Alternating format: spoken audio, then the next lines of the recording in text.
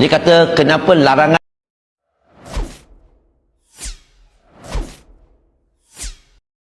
Seorang pendakwah mu'allaf berbangsa Cina yang dikenali dengan panggilan Brother Lim Choi Soon telah berkongsi jawapan terbaik yang boleh diberikan sekiranya kita ditanya tentang perkara itu.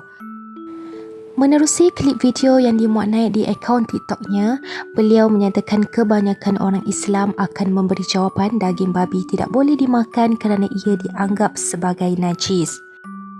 Bagaimanapun, jawapan tersebut mungkin kurang jelas kepada non-Muslim kerana pemahaman yang berbeza mengenai konteks najis. Namun, beliau berpendapat jawapan tersebut agak bahaya dan tidak relevan untuk zaman sekarang kerana teknologi kini mampu membunuh pelbagai jenis kuman. Brother Lim menjelaskan sepatutnya kita memberi jawapan yang disokong oleh hujah yang berdasarkan Al-Quran dan Sunnah. Silakan. Ada non-Muslim tanya, kenapa Islam larang makan khinzir? Kenapa tak larang makan benda lain tapi makan larang khinzir? Okey. Saya tukar nama lah khinzir ni kalau orang tak faham. Dia kata kenapa larangan makan babi? Kenapa tak larang makan makanan lain? Siapa kata tak ada larangan makan makanan lain? Okey, kalau kamu baca surah Al-Baqarah surah kedua ayat 173, Allah melarang kita makan babi, bangkai dan darah. Dan kalau kita lihat hadis lagi, ada sebut tentang, contohnya dalam Sunan Abu Daud, hadis yang sebut tentang binatang dia bagi umum, binatang yang ada gigi taring, ada panggil apa? Cakar. Okey, kalau mazhab Syafi'i, Hambali kita tidak makan binatang sedemikian. Okey. So, ada tak? Bukan pengharaman bukan babi saja, ada banyak makan, ada beberapa lagi yang diharamkan. Tapi kenapa tak boleh makan babi? Okey, dia begini. Kadang-kadang kita akan dengar orang Islam kata kita tak makan sebab najis, kita tak makan sebab banyak kuman cacing dan sebagainya. Okey, begini. First, saya nak bagi orang Islam tahu dulu, bila kamu sebut najis, kita punya najis dengan non-Muslim faham punya najis dua perkara berbeza. Najis kita dipanggil impurity. Non-Muslim yang najis, tai. Itu najis. So, kalau you kata najis, dia punya faham apa? Apa kita makan daging babi, lu kata najis? Tapi tahu tak statistik? Ada sebagian statistik menunjukkan apa tahu? Masyarakat Cina sebenarnya hidup lebih lama berbanding dengan masyarakat Melayu. So mereka akan pakai logik lah.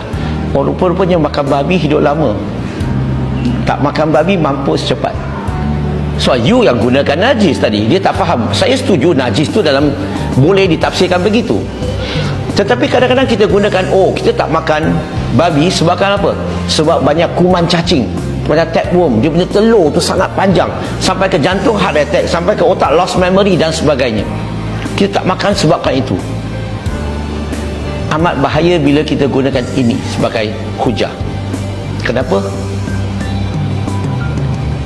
Kalau kita gunakan sesuatu yang kita hujah di luar daripada lingkungan Quran dan Sunnah, luar hujah kita, tanpa sokongan Quran dan Sunnah, kita dalam keadaan yang bahaya. Kenapa? Sebab non-Muslim akan tanya balik, kalau saintis boleh cipta sendiri vaksin yang boleh bunuh semua kuman-kuman, sebenarnya dah cipta dah.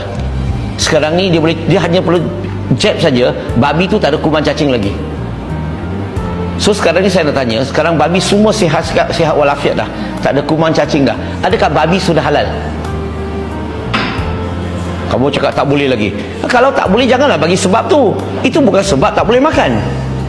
Sebab itulah bila kita nak jawab sesuatu, kena ingat jawapan kita ni mesti dalam lingkungan Quran dan Sunnah. Always start with the Quran.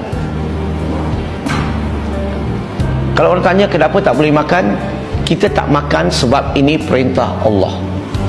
Dalam Quran, surah Al-Baqarah surah kedua ayat 173, surah Al-Ma'idah surah kelima ayat nombor 3, surah Al-An'am surah ke-6 ayat 145, surah An-Nahl surah ke-16 ayat 115. Kami tak makan sebab ini perintah Allah. Allah adalah pencipta seluruh alam ini. Dia yang mencipta semua ini. Dia tahu tak tentang ciptaan dia? Pasti dia tahu. Dan dia melarang, kenapa? Kita tak tahu sebab. Allah tak sebut sebab, Nabi tak sebut sebab. Kita tak makan sebab perintah Allah. Full stop.